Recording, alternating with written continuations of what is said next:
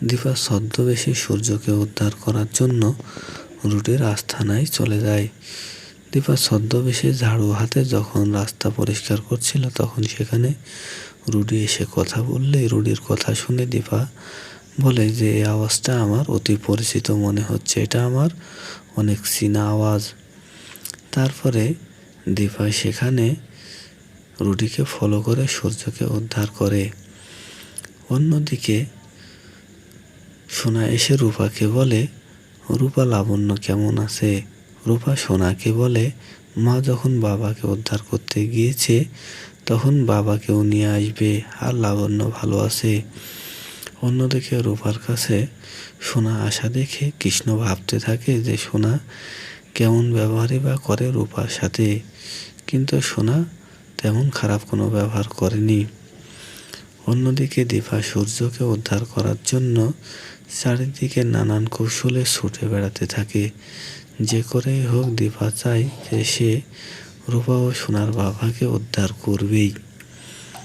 তাই দীপা তার বুদ্ধি দিয়ে সর্বোচ্চ চেষ্টা করে সূর্যকে উদ্ধার করার জন্য। অন্যদিকে ভেঙে পড়ে উর্মি, কারণ উর্মি বুঝতে পেরেছে যে তার কাছ থেকে সব কিছু কেড়ে নেবে দীপা।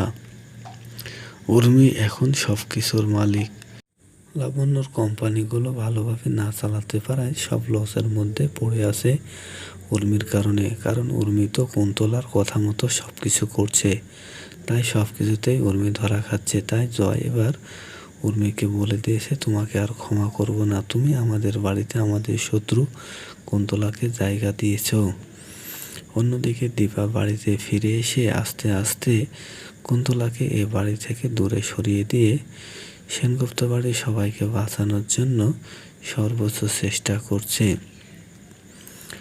লাবণ্য যখন জ্ঞান ফিরে সুস্থ হয় তখন দীপা সবটা লাবণ্যর কাছ থেকেই জানতে পারে যে সূর্য কোথায় আছে এবং তাদেরকে কি অবস্থায় রাখা হয়েছিল, লাবণ্যর সাথে কি করেছিল সবটা খুলে বলে দীপাকে।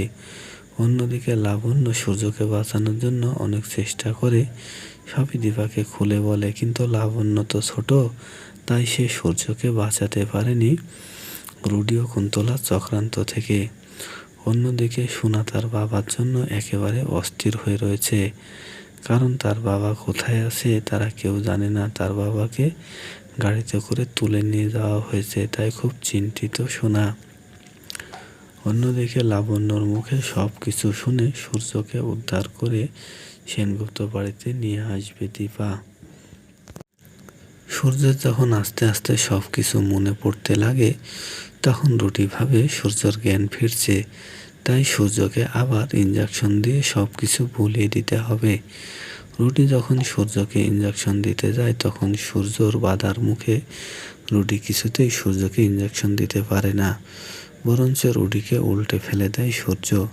তখন রুডি রেগে গিয়ে পিস্তল বের করে সূর্যের দিকে ধরে সূর্যকে গুলি করার জন্য, কিন্তু রুডির মা কুন্তলা রুডিকে কল দিয়ে নিষেধ করে যায় যে তোমাকে যে কাজ দেওয়া হয়েছে তুমি ততটুকুই করবে, এর বেশি কিছু এখন করা যাবে না।